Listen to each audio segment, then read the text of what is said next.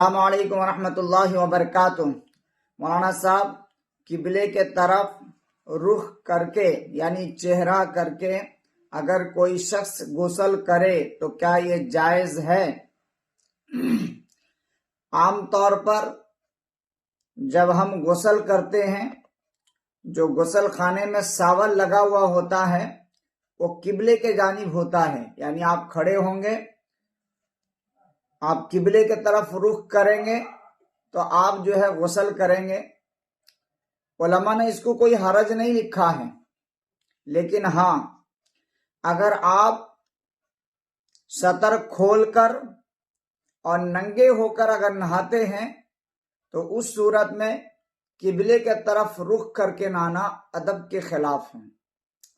इसी तरीके से अगर आप गुस्ल करते वक्त इस्तिंजा करते हैं, पेशाब करते हैं, तो किबले के तरफ रुख करके गुस्ल के वक्त पेशाब करना ये सही नहीं है।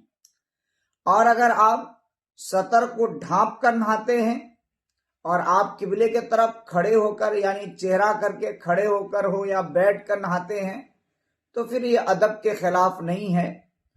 और अगर इसी तरीके से अगर आप किबले के तरफ गुस्ल करते वक्त वजू भी बनाते हैं और कुल्ली करते हैं तब भी कोई हरज नहीं है, क्योंकि वजू करते वक्त किबले के तरफ रुख करना ये आदाब वजू में से है।